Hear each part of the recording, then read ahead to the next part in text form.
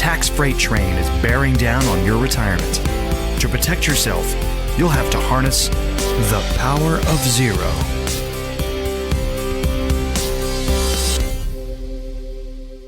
Hi there, David McKnight, Power of Zero show. Welcome to the program.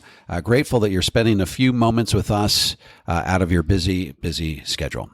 Once again, I'm the best-selling author of The Power of Zero, Look Before You LERP, and The Volatility Shield. You may have also seen our movie, The Power of Zero, The Tax Train is Coming. If you're looking for our books in bulk, you can go to powerzero.com/books. If you want to get our movie DVD Blu-ray combo pack in bulk, you can go to thetaxtrain.com. If you're looking for a Power of Zero advisor, head on over to davidmcknight.com. We'll find someone in your area that's qualified and that can help shepherd you past all of those obstacles that stand between you and the 0% tax bracket. And of course, if you are an advisor, we're happy to help equip you to transition your practice to a Power of Zero practice. Head over to powerzero.com, opt into our video series, and we will be happy to assist you with that. So today, one of the things that I've been getting asked a lot is what happens to my Medicare Part B premium if I engage in a Power of Zero type strategy. In other words, Dave, you are asking me to do a lot of shifting from tax deferred to tax free. And in so doing, I'm going to increase my taxable income. I'm going to increase my modified adjusted gross income in the year that I do that. And other than potentially paying some taxes that I wasn't planning on paying, I'm preemptively paying some taxes, as it were. What are are there some other consequences for realizing that income in the year that I realize it? Now, one of the things we've addressed in the past is that when you do a Roth conversion, that does not count towards the income thresholds that determine whether you can do a traditional Roth IRA.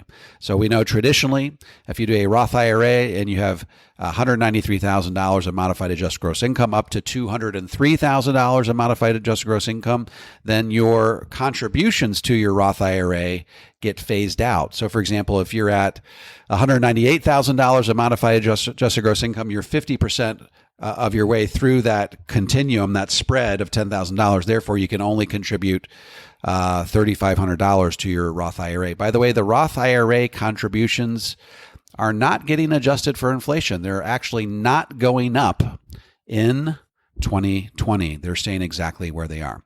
So there are no implications for doing a Roth conversion as far as doing a traditional Roth IRA contribution. However, there actually are some consequences, some implications for your Medicare Part B premium, as well as for your prescription drug premium above and beyond what your current plan causes you to pay. So let's give you a little bit of background on what people called IRMAA. It's actually an acronym. It's IRMAA. That stands for Income Related Monthly Adjustment Amount. And this is basically a higher premium charged by Medicare Part B and Medicare Part D to individuals that have incomes that breach certain thresholds. So basically, the way Medicare Part B works is it helps pay for certain services, pays for doctor services, pays for outpatient care. It covers other medical services such as physical and occupational therapy, and then some home health care as well. So the way this works is for people with sort of normal levels of income, they're going to pay 75% of that Part B premium. And so that means for the average American with sort of normal levels of income, that ends up being $135.40. So $135.50. Okay. However, if you have certain levels of income, particularly those who are taking advantage of the 22 and 24% tax brackets, which is really the main heart of what we're recommending folks to do. If you're in a 22, convert to the top of the 22. And by the way, 24 is only 2% worse. Therefore, you should probably contribute, or at least do Roth conversion, shift from tax-deferred to tax-free up to the top of the 24% tax bracket. Well, that's going to, if you do that, that's going to move you through two different thresholds when it comes to IRMAA repercussions. So, for example, if you are a married couple and you have modified adjusted gross income from $214,000 up to $267,000, you are going to pay that standard Part B premium, which is $135.50, plus an additional premium of $135.40. And as far as your prescription drug program goes, it depends on which plan you're on. Different people have different costs for their different premiums for their plan. So you're going to take your existing plan premium, and for the income thresholds I just stated, you're going to add an additional $31.90 per month. So all told, we're talking about an extra $170 per month. Okay, so maybe around $2,000 per year of additional cost based on you doing Roth conversions that could potentially bump you up into those income thresholds. If you were to go to the top of the 24% tax bracket, in other words, you had modified adjusted gross income from $267 all the way up to $320,000, then that premium is going to be a little bit higher. It's going to go up to, for Medicare Part B premium, it's going to be the standard premium plus an extra $216.70, and an additional, in addition to your plan premium for your prescription drug program, it's going to be an extra $51.40. So that's going to be, all told, an extra $270 per month. So maybe a little over $3,000 a month. Now, remember, the thing to keep in mind is that you are only paying this extra premium in the years in which your income rises through those, that array of, thresholds. So it's not like it goes up forever. It goes up in the year in which you breach those thresholds.